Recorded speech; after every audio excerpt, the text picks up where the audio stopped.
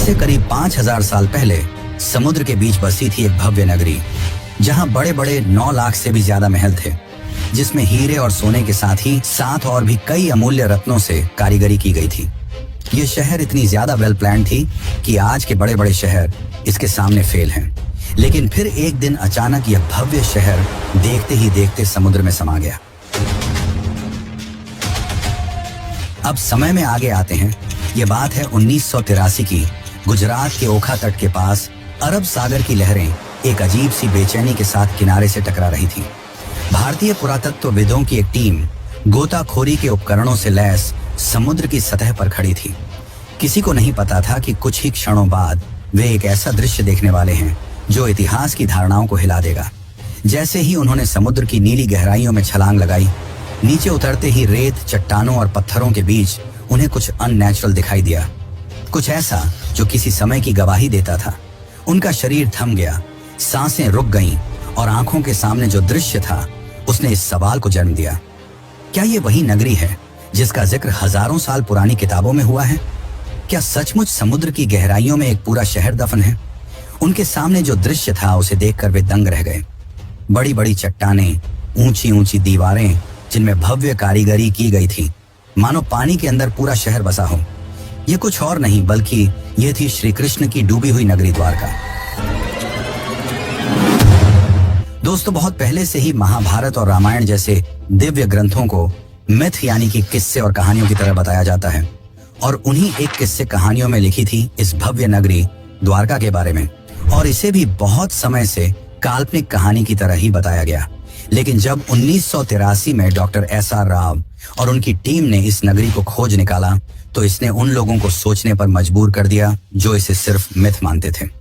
Doctor SR. Rao ने detailed archaeological सर्वे और research के बाद यह कंफर्म किया कि यह वही द्वारका नगरी है जिसका वर्णन महाभारत और हरिवंश पुराण में मिलता है। तो आखिर ऐसा क्या हुआ कि द्वारका जैसी समृद्ध शहर एक ही झटके में पानी के अंदर समा गई, और रिसर्च के दौरान डॉक्टर राव और अन्य आर्कियोलॉजिस्ट को ऐसा क्या मिला जिसने उन्हें चौंका के रख दिया? तो आज की इस डॉक्यूमेंट्री में हम जानेंगे उस द्वारका के निर्माण की कहानी जिसे समुद्र की लहरों को भी पीछे छोड़ देना पड़ा था, उस श्राप की सच्चाई जिसे सुनकर स्वर्ग तक कांप उठे थे, और उस ऐतिहासिक खोज की पूरी प्रक्रिया जिसने सदियों पुरानी पौराणिक कथाओं को जमीन या कहिए समुद्र पर लाकर रख दिया। हम जानेंगे कि कैसे डॉक्टर एस.आर. राव और उनकी टीम ने समुद्र की गहराइयों में उतरकर उस नगरी के अवशेष खोज निकाले जिसे लोग सिर्फ कहानी मानते थे। हम यह भी देखेंगे कि कैसे आधुनिक काल में वैज्ञानिकों ने समुद्री तल में हजारों साल पुरानी दीवारें, स्तंभ, लंगर और कलाकृतियां खोजी जिनकी तारीखें महाभारत युद्ध से मेल खाती हैं। तो चलिए इस रोमांचक सफर की शुरुआत करते हैं, जहां पुराण, पुरातत्व और विज्ञान मिलकर उस नगरी की कहानी सुनाएंगे जो हजारों साल पहले स्वर्णिम थी, फिर श्रापित हुई और अंत में लहरों में समा गई। लेकिन उससे पहले अगर आपको वीडियो अच्छी लग रही है तो इसे लाइक करके कमेंट में हरे कृष्णा जरूर लिखें।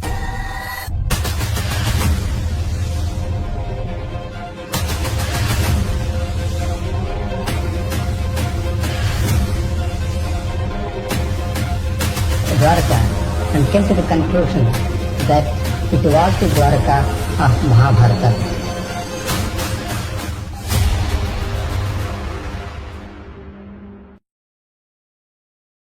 बहुत समय पहले जब मथुरा में कंस का आतंक अपनी चरम पर था, तब श्री कृष्ण ने कंस का वध कर नगरवासियों को उसके अत्याचार से मुक्त किया, जिसके बाद श्री कृष्ण मथुरा में ही बस गए।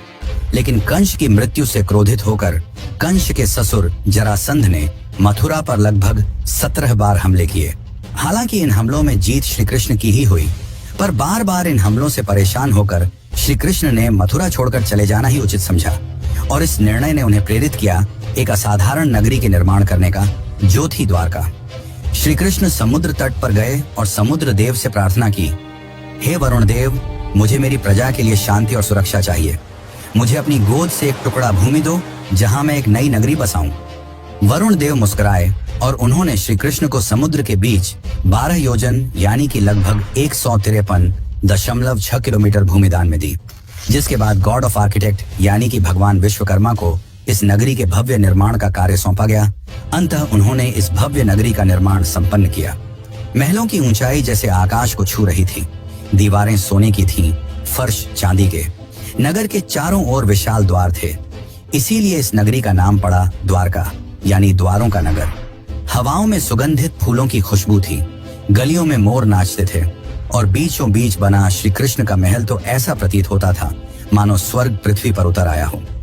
नगर की सड़कों को इस तरह से बनाया गया था कि वे सीधे बंदरगाह तक पहुंचती थीं। समुद्र से व्यापार के लिए विशेष गोदियां बनाई गईं, जहां जहाज आसानी से आ जा सकें। शहर में जल आपूर्ति के लिए सिंचाई प्रणाली थी, जो उस काल में अत्यंत दुर्लभ मानी जाती थी। स्वच्छ जल के तालाब, हरे भरे बाग और सजे हुए बाजार इस नगरी को न केवल सुंदर बल्कि पूरी तरह आत्मनिर्भर बनाते थे। भागवत पुराण के अनुसार द्वारका में कुल 900 से अधिक भव्य महल थे, जो चंद्रकांत, हीरा, मणि और सोने से बने थे। श्री कृष्ण ने स्वयं उन महलों को अपने प्रियजनों के लिए बनवाया था। बलराम, रुक्मिणी, सत्यभामा, जाम्बवती और अन्य रानियों के लिए अलग अलग राजमहल। ये महल न सिर्फ वास्तुकला का चमत्कार थे, बल्कि अध्यात्म और भक्ति का प्रतीक भी। लेकिन यह अंत नहीं था। अब शुरू होने वाला है वो अध्याय जिसने द्वारका को कालातीत बना दिया। एक ऐसा नगर जिसे स्वयं भगवान ने बसाया, देवताओं ने सजाया और समय ने इतिहास में दर्ज कर दिया। लेकिन जहां निर्माण होता है, वहीं विनाश भी इंतजार करता है। द्वारका की यह स्वर्ण गाथा आगे चलकर एक ऐसे श्राप की छाया में डूबेगी जिसकी कल्पना तक किसी ने न की थी। महाभारत का युद्ध समाप्त हो चुका था। धूल में लथपथ योद्धाओं के शव, बिखरे हुए अस्त्र शस्त्र और खून से लाल धरती, कौरवों का विनाश हो चुका था। अपने पुत्रों की यह दशा देखकर गांधारी काफी क्रोधित हो गई। उनका मानना था कि यदि श्री कृष्ण चाहते तो यह युद्ध होता ही नहीं, परंतु उन्होंने ऐसा नहीं किया, जिससे क्रोधित होकर गांधारी ने श्री कृष्ण को श्राप दिया कि जिस प्रकार मेरे वंश का विनाश हुआ है, ठीक उसी प्रकार तुम्हारे भी वंश का विनाश हो जाएगा। इस श्राप ने यदुवंश के विनाश की नींव रख दी। लेकिन एक और कारण है जिसके चलते द्वारका का विनाश हुआ। दरअसल एक समय की बात है, द्वारका के पास एक स्थल जिसका नाम पिंडारक था, वहां एक दिन प्रमुख ऋषिगण पधारे। इनमें विश्वामित्र, वशिष्ठ, नारद, कण्व, दुर्वासा जैसे महान ऋषि मुनि उपस्थित थे। उन ऋषियों को देख श्री कृष्ण के पुत्र सांब और उसके कुछ मित्रों ने मिलकर शरारत करने की सोची। सांब ने एक गर्भवती स्त्री का रूप धारण कर लिया और उन ऋषियों के पास पहुंचे। इस बात से अनजान कि वे ऋषि कोई साधारण साधु संत नहीं, बल्कि त्रिकालदर्शी थे, जिन्हें सब कुछ मालूम था। सांब और उसके मित्र उनके निकट गए और उनकी तपस्या भंग कर ऋषियों से अपने होने वाले बच्चे के बारे में पूछने लगे। अपना इस तरह अपमान होता देख मुनिगण गुस्सा हो गए और उन्होंने सांब को यह श्राप दिया कि तुम एक लोहे के मुशल को जन्म दोगे, जो यदुवंश के विनाश का कारण बनेगी। सांब और उनके साथी भयभीत हो उठे। उन्होंने माफी मांगी, पर अब कुछ नहीं हो सकता था। कुछ दिनों बाद वही हुआ जो भविष्यवाणी की गई थी। जब सांब सुबह उठा तो उसके कपड़ों में एक भारी भरकम मुशल मिला। यह दृश्य देख यदुवंशी चिंतित हो उठे और जब यह बात श्री कृष्ण के नाना राजा उग्रसेन को पता चली तो उन्होंने मुशल के छोटे छोटे टुकड़े कर समुद्र में फेंकने का आदेश दिया। और जैसे ही यह टुकड़े समुद्र में फेंके गए, एक विशाल मछली ने वह टुकड़े खा लिए। कुछ समय बाद जब कुछ मछुआरों ने उस मछली को पकड़ा और जब उसे काटा गया तो उसके पेट से लोहे के टुकड़े निकले। उन मछुआरों ने वह टुकड़े एक जरा नामक शिकारी को बेच दिए। अब वह शिकारी इन टुकड़ों से अपनी तीर बना रहा था और दूसरी ओर द्वारका में स्थिति धीरे धीरे खराब होने लगी थी। गांधारी के श्राप का असर दिखाई देने लगा था। जैसे जैसे समय बीतता गया, यदुवंश के लोगों में अहंकार बढ़ता गया। भोग विलास, मदिरा और दुराचार ने धर्म और मर्यादा का स्थान ले लिया था। नैतिकता समाप्त हो चुकी थी।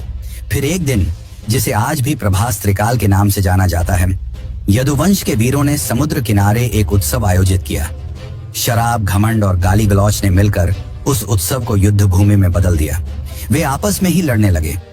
जिन हथियारों से उन्होंने युद्ध जीते थे, उन्हीं से वे एक दूसरे को मारने लगे।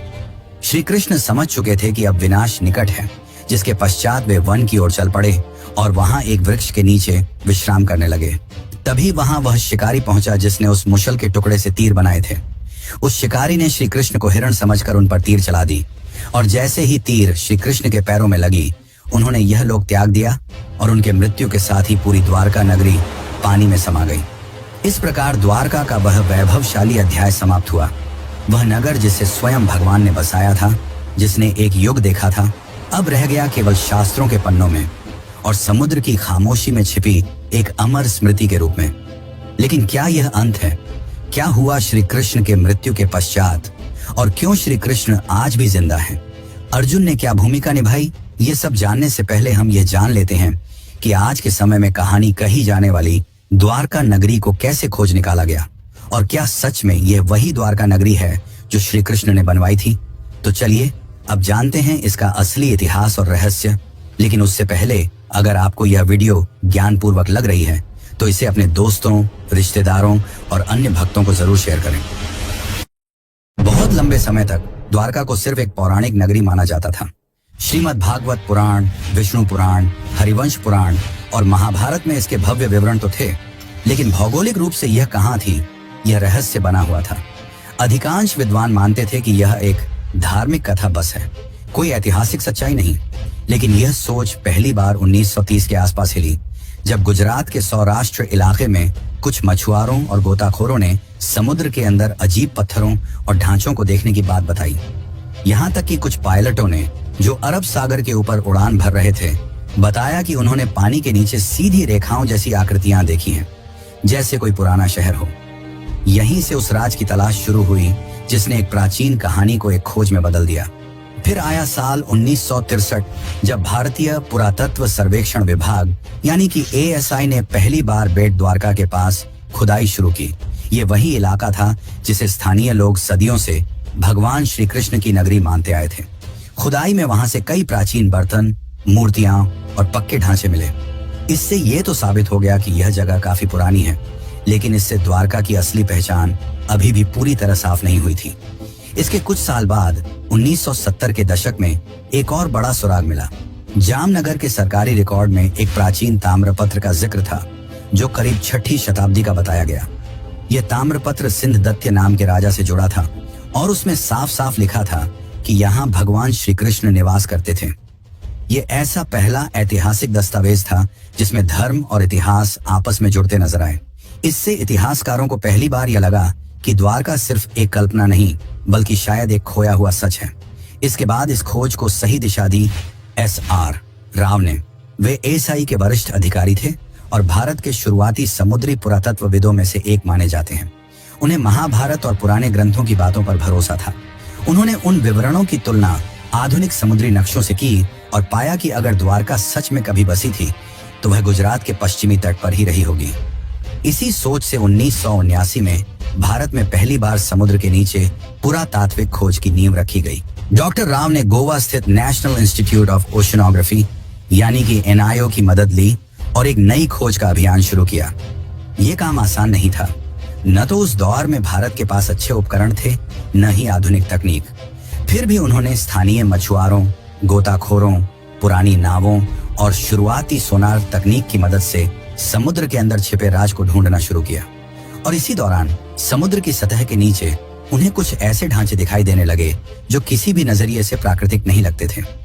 वहां पत्थरों की लंबी दीवारें थीं, बड़े बड़े खंभे थे और ऐसे लंगर भी मिले जो साफ बताते थे कि वहां कभी जहाज आते जाते रहे होंगे, यानी ये जगह एक पुराना बंदरगाह रहा होगा। लेकिन ये तो बस शुरुआत थी, असली खुलासे तो अभी बाकी थे। 1979 की खोज ने एक ऐसा दरवाजा खोल दिया था जिसके पीछे छुपी थी एक बहुत पुरानी, लगभग भूली हुई कहानी। अब 1980 का दशक उस कहानी को सच साबित करने की जिद बन चुका था और इस जिद की सबसे बड़ी वजह थे doctor SR Rao. Doctor Rao को महाभारत और पुराणों में लिखी बातों पर पूरा भरोसा था। उन्होंने उन ग्रंथों के नक्शों और विवरणों को पढ़ा, समझा और फिर आधुनिक समुद्री मानचित्रों से मिलाया। उन्हें यकीन था कि श्री कृष्ण की वो नगरी जिसे दुनिया ने बस एक कहानी मान लिया था, वो कहीं ना कहीं अरब सागर के नीचे आज भी मौजूद है। लेकिन उनका ये सफर बिल्कुल भी आसान नहीं था। उस समय भारत में समुद्री खुदाई यानी कि मरीन आर्कियोलॉजी एक बिल्कुल नया क्षेत्र था। न सरकार के पास इस काम के लिए पर्याप्त पैसा था, न वैज्ञानिकों को इस बात पर भरोसा कि समुद्र के नीचे कोई शहर भी हो सकता है। बहुत सारे लोग इस प्रयास को बस धार्मिक सोच का हिस्सा मानते थे। कई लोगों ने डॉक्टर राव से कहा, पौराणिक कथाओं को इतिहास से जोड़ने का क्या फायदा, लेकिन उन्होंने कभी हार नहीं मानी। डॉक्टर राव ने ASI और गोवा के नेशनल इंस्टीट्यूट ऑफ ओशनोग्राफी के साथ मिलकर एक समुद्री अभियान शुरू किया। इंडियन नेवी के गोताखोरों की भी मदद ली गई, लेकिन चुनौती सिर्फ यह नहीं थी कि लोग विश्वास नहीं कर रहे थे। असली मुश्किल थी टेक्नोलॉजी और संसाधनों की कमी। उस समय न तो सोनार जैसी आधुनिक तकनीक थी, न ही पानी के अंदर काम करने वाले रोबोट्स। डाइवर्स को अपने हाथों से समुद्र की सतह को टटोलना पड़ता था। 1980 के दशक में, यानी लगभग 40 साल पहले, समुद्र में जाकर खुदाई करना कोई आसान काम नहीं था। इसके लिए archaeologist, divers, oceanographers, under water photographers, historians, geologist और बहुत से टेक्नीशियनों की जरूरत होती थी। इतनी बड़ी टीम को बनाना और उन्हें काम पर लगाना अपने आप में एक बड़ा काम था। फिर भी राव ने हार नहीं मानी। फंडिंग की इतनी कमी थी कि उन्होंने अपने वेतन से टीम का खाना तक खरीदा। उन्होंने सिर्फ 800 रुपए में एक्सपीडिशन शुरू किया था, और ये भी उन्हें छोटे छोटे फंड्स इकट्ठा करके मिले थे। वह चाहते थे कि सरकार एक स्थायी समुद्री पुरातात्विक इकाई बनाए, लेकिन यह इतना भी आसान नहीं था। 1983 से 1992 के बीच राव की टीम ने लगभग 12 बार समुद्र में जाकर खुदाई की। खोज के लिए बेट द्वारका और आसपास के इलाकों को चुना गया, और फिर एक एक कर सामने आने लगे ऐसे सबूत जिन्होंने न सिर्फ भारत को बल्कि पूरी दुनिया को चौंका दिया। गोताखोरों ने समुद्र के तल से लगभग 30 मीटर नीचे 560 मीटर लंबी पत्थरों की दीवार खोज निकाली। ये कोई प्राकृतिक बनावट नहीं थी, ये इंसानों द्वारा बनाए गए शहर की दीवार थी। उसकी बनावट वैसी ही थी जैसी महाभारत में द्वारका के वर्णन में मिलती है। फिर मिले 30 से भी ज्यादा पत्थर के खंभे, जो शायद किसी महल या भवन का हिस्सा रहे होंगे। ऐसे लंगर यानी कि एंकर्स मिले, जिनसे पता चलता था कि वहां से नौकाएं चला करती थीं। कुछ 3 छेद वाले एंकर भी मिले, जो उस समय की एडवांस नेविगेशन को दिखाते थे। इसके अलावा सील, लोहे और पीतल की वस्तुएं और मिट्टी के बर्तन भी मिले। इनकी कार्बन डेटिंग और थर्मोलुमिनेसेंस डेटिंग से पता चला कि यह चीजें 1500 ईसा पूर्व से लेकर 3000 ईसा पूर्व के बीच की हैं। और तो और एक बर्तन तो 9000 साल पुराना निकला, जिसने वैज्ञानिकों को भी हैरान कर दिया। परंतु दुनिया भर के बहुत सारे इतिहासकारों ने इसे मानने से इनकार कर दिया। उन्हें यह एक माइथ रिवाइवल यानी सिर्फ धर्म को प्रचारित करने की कोशिश लगी। लेकिन डॉक्टर राव का जवाब साफ था, मैं ग्रंथों को धार्मिक किताबें नहीं, ऐतिहासिक दस्तावेज मानता हूँ। जब रोम, एथेंस और बाबुल जैसे शहरों की खुदाई हो सकती है, तो द्वारका की क्यों नहीं? साल 1990 आते आते टीम को 500 से ज्यादा आर्टिफैक्ट्स, एंशिएंट हार्बर वॉल्स और एक सुनियोजित शहर के संकेत मिल चुके थे। अब यह बात लगभग तय हो गई थी।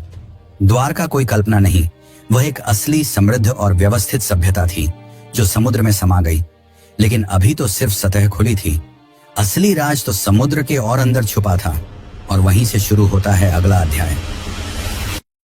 1990 तक डॉक्टर SR राव और उनकी टीम ने साबित कर दिया था कि द्वारका सिर्फ एक पौराणिक कथा नहीं, बल्कि एक डूबी हुई सच्ची सभ्यता थी। लेकिन अब जरूरत थी और भी ठोस वैज्ञानिक सबूतों की, ताकि दुनिया भी मान ले कि भगवान श्री कृष्ण की द्वारका असली थी और वाकई समुद्र में समा गई थी। इन सबूतों से यह तो साबित हो गया था कि द्वारका सिर्फ किस्से कहानियों में नहीं, बल्कि सच में थी, और काफी ज्यादा वेल प्लान थी। लेकिन उस समय फंडिंग की कमी की वजह से इसके रिसर्च को रोक दिया गया। फिर साल 2001 में इस दिशा में एक बहुत बड़ा कदम उठाया गया। भारतीय पुरातत्व सर्वेक्षण और NIOT यानी कि national institute of ocean technology ने मिलकर एक बड़ा वैज्ञानिक अभियान शुरू किया। जगह चुनी गई कच्छ की खाड़ी और बेट द्वारका का इलाका। इस बार अभियान में सिर्फ पुरातत्वविद ही नहीं, बल्कि समुद्र वैज्ञानिक, भूगर्भ शास्त्री, नौसेना के गोताखोर, सोनार तकनीक के विशेषज्ञ और इंटरनेशनल कार्बन डेटिंग लैब्स भी जुड़े थे। इस खोज की कमान संभाली थी डॉक्टर आलोक त्रिपाठी, जो ASI के समुद्री पुरातत्व निदेशक थे, और उनके साथ थे डॉक्टर राजीव निगम, जो उस समय CSIR के मरीन साइंस प्रमुख के रूप में काम कर रहे थे। इस बार की खोज पहले से अलग थी। ये हाईटेक थी। इसमें अब सिर्फ आंखों से नहीं, बल्कि मशीनों से खोज की जा रही थी। 2001 से 2007 तक समुद्र के अंदर का पूरा हाइड्रोग्राफिक सर्वे किया गया। एडवांस सोनार और सब बॉटम प्रोफाइलर जैसे मॉडर्न उपकरणों से समुद्र की परतों का डिजिटल नक्शा बनाया गया। वैज्ञानिकों ने करीब 40,000 वर्ग मीटर का समुद्र का हिस्सा स्कैन किया, और जो मिला उसने सबको हैरान कर दिया। समुद्र की गहराई में मिले ये बहुत बड़े चौकोर पत्थर के ब्लॉक, जो किसी नगर की नींव जैसे लगते थे। चूना पत्थर यानी कि लाइमस्टोन के टुकड़े, जो शायद किसी शानदार इमारत के अवशेष थे।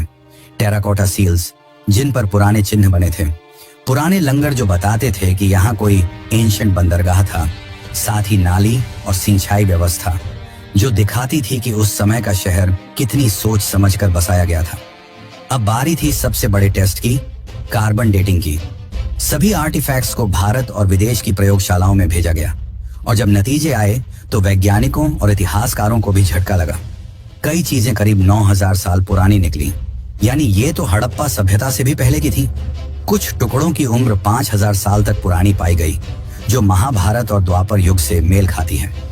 डॉक्टर राजीव निगम ने कहा कि महाभारत में लिखा है कि द्वारका समुद्र से निकाली गई जमीन पर बसी थी और भूगर्भ शास्त्रियों की रिपोर्ट्स से भी यही पता चला कि समुद्र ने बाद में उसी जमीन को वापस निगल लिया। सोनर मैपिंग से यह भी पता चला कि जैसे जैसे समुद्र का स्तर बढ़ा, मंदिर और घर धीरे धीरे आगे खिसकते गए, यानी यह एक धीमा और क्रमिक डुबाव था, अचानक नहीं। A.K. सिन्हा ASI के निदेशक ने बताया कि जमीन और समुद्र दोनों जगहों से जो अवशेष मिले हैं उनके आकार, डिजाइन और बनावट में काफी समानता है, जो ये साबित करता है कि ये सब एक ही समय और संस्कृति से जुड़े थे। फिर आया साल 2007, जब नौसेना और ASI ने मिलकर तीसरा सबसे बड़ा अंडर वाटर एक्सकवेशन शुरू किया। पंचकुई बीच के पास से शुरू हुई इस खुदाई में लगभग 2 नॉटिकल मील के दायरे में फैली हुई मंदिरों की दीवारें, महल के खंडहर और जल निकासी प्रणाली मिली। यही वो पल था जब पहली बार दुनिया ने माना, द्वारका कोई कल्पना नहीं बल्कि एक सच है, एक पूरी सभ्यता जो समुद्र में समा गई। लेकिन फिर भी एक सबसे बड़ा सवाल बाकी रह गया, आखिर द्वारका डूबी क्यों? इसका धार्मिक दृष्टिकोण से तो हमने उत्तर जान लिया, अब जानते हैं वैज्ञानिक दृष्टिकोण से, और साथ ही जानेंगे आज के समय की द्वारका के बारे में। तो बने रहिए, क्योंकि हम जो आपको बताने वाले हैं वो आपको चौंका कर रख देगा। 2007 की खोजों ने यह साबित कर दिया था कि समुद्र की गहराइयों में कोई आम चीजें नहीं, बल्कि एक पूरी बसी हुई और समृद्ध नगरी है। लेकिन एक सवाल अब भी रह गया था, आखिर ये नगर डूबा कैसे? क्या वाकई ये कोई श्राप था जैसा ग्रंथों में लिखा है, या फिर इसके पीछे कोई प्राकृतिक और वैज्ञानिक वजह थी? इन सवालों के जवाब ढूंढने के लिए वैज्ञानिकों ने रुख किया ओशियनोग्राफी यानी कि समुद्र विज्ञान और जियोलॉजी यानी कि भूगर्भ शास्त्र की ओर। अब तक जो मिला था वो सब प्रमाण तो थे, लेकिन अब जरूरत थी समय को मापने की, ये जानने की कि जब द्वारका बसी थी तब समुद्र में ऐसा क्या हुआ जो वो सब कुछ निगल गया। इस पूरे शोध का आधार बना सी लेवल राइज थ्योरी। अमेरिका की SSCSM यूनिवर्सिटी के प्रोफेसर रेंस ने एक अध्ययन किया जिसमें अरब सागर के सी लेवल को 20,000 सालों के डेटा के जरिए ट्रैक किया गया था। इस रिसर्च के मुताबिक 9,000 साल पहले यानी करीब 11,000 साल पहले समुद्र का स्तर आज के मुकाबले 25 मीटर नीचे था। 5000 ईसा पूर्व के बीच समुद्र अचानक बहुत तेजी से कई मीटर तक ऊपर उठ गया। वैज्ञानिक मानते हैं कि यह घटना किसी सुनामी या समुद्री आपदा का संकेत देती है, और ये सिर्फ अरब सागर में नहीं हुआ। जब वैज्ञानिकों ने दुनिया के बाकी हिस्सों से मिले सी लेवल डेटा से इस जानकारी की तुलना की तो कैरेबियन द्वीप, इंडोनेशिया और दक्षिण अमेरिका जैसी जगहों पर भी उस दौर में बड़ी बड़ी समुद्री हलचलें और सुनामी के सबूत मिले। इसका मतलब था कि यह घटना सिर्फ भारत तक सीमित नहीं थी, बल्कि पूरी दुनिया में उस समय कुछ बड़ा हो रहा था। और ठीक इसी समय महाभारत के अनुसार श्री कृष्ण ने पृथ्वी का त्याग किया था और कलियुग की शुरुआत हुई थी। अब सारे वैज्ञानिक और ऐतिहासिक सबूत एक ही तरफ इशारा कर रहे थे, द्वारका का डूबना कोई कल्पना नहीं बल्कि एक सचमुच की ऐतिहासिक घटना थी, जिसमें प्राकृतिक आपदा, समय का चक्र और शायद कर्मों की प्रतीकात्मक कहानी सब एक साथ जुड़ गए थे। और फिर आया साल 2024, जब भारत सरकार ने इस पूरे रहस्य को दुनिया के सामने लाने का फैसला किया। 25 फरवरी 2024 को प्रधानमंत्री नरेंद्र मोदी खुद गुजरात के पंचकुई बीच पहुंचे। उनके साथ थी भारतीय नौसेना, ASI, NIOT और वैज्ञानिकों की एक टीम जो स्कूबा डाइविंग से समुद्र की गहराइयों में जाने वाली थी, वहीं जहां श्री कृष्ण की नगरी कभी खड़ी थी। ये कोई आम डाइव नहीं थी, ये इतिहास से साक्षात्कार था। जैसे ही प्रधानमंत्री समुद्र में उतरे, वहां पत्थर के स्तंभ, लंगर, मंदिर की नींव और प्राचीन दीवारें दिखाई दी। मोदी जी ने खुद समुद्र की गोद में मोरपंख अर्पित किया, जो श्री कृष्ण की स्मृति और भारत की सनातन विरासत को फिर से जीवंत करने का प्रतीक था। इसके बाद उन्होंने द्वारिकाधीश मंदिर में जाकर श्री कृष्ण और रुक्मिणी माता के दर्शन किए। मंदिर की 52 गज की ध्वजा, जो हर दिन 5 बार बदली जाती है, आज फिर हवा में लहराई, मानो ये संकेत दे रही हो कि द्वारका की सच्चाई अब दुनिया के सामने है। आज की तारीख में द्वारका 2 भागों में बसी है। एक जो है जहां लाखों श्रद्धालु हर साल दर्शन के लिए आते हैं, और दूसरी जो समुद्र के नीचे है, जिसे आज पूरी दुनिया जानती है the lost city of Krishna के नाम से। इस 90 साल की खोज, संघर्ष और वैज्ञानिक यात्रा ने दुनिया को यह दिखा दिया कि श्रद्धा सिर्फ आस्था नहीं, वो इतिहास की नींव भी बन सकती है। द्वारका सिर्फ भारत की कहानी नहीं है, ये पूरी मानव सभ्यता की याददाश्त है, जो ये सिखाती है कि सत्य और संस्कृति को भुलाया नहीं जा सकता, चाहे वो कितनी भी गहराई में क्यों ना छुपा हो। और इसीलिए आज भी द्वारका जिंदा है, कभी मंदिर की घंटियों में, कभी समुद्र की लहरों में, और अब वैज्ञानिक रिपोर्टों में भी। तो चलिए मित्रों, अब चलते हैं अपने आखिरी अध्याय की ओर। शताब्दियां बीत गईं, युग बदले, राजवंश मिटे, सभ्यताएं उगती और गिरती रहीं, लेकिन समुद्र वो आज भी मौन है, शांत, गूढ़ और रहस्यमयी। उसकी लहरों के नीचे दबी द्वारका की नगरी आज भी जैसे किसी इंतजार में है, न जाने किसके लिए। शायद उसके निर्माता श्री कृष्ण के फिर से लौट आने के लिए, या शायद इस धरती के इंसानों के उस बोध के लिए जब वे केवल इतिहास नहीं, अपनी आस्था में छिपे सत्य को भी पहचानना सीखें। द्वारका कोई कल्पना नहीं थी, वो एक यथार्थ था, एक स्वर्णिम यथार्थ जिसे एक श्राप ने लील लिया, एक समय ने छिपा दिया और एक समुद्र ने अपनी गहराइयों में समा लिया। लेकिन वह सत्य आज फिर उभर रहा है, टूटे स्तंभों में, पुरातत्व की रिपोर्टों में, सोनर की लहरों में और एक राष्ट्र की आस्था में।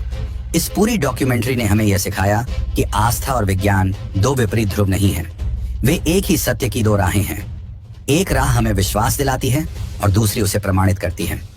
द्वारका की कहानी बस एक शहर की कहानी नहीं है, यह उस संस्कृति की कहानी है जो अपने चरम पर भी विनम्र थी और अपने अंत में भी दिव्य।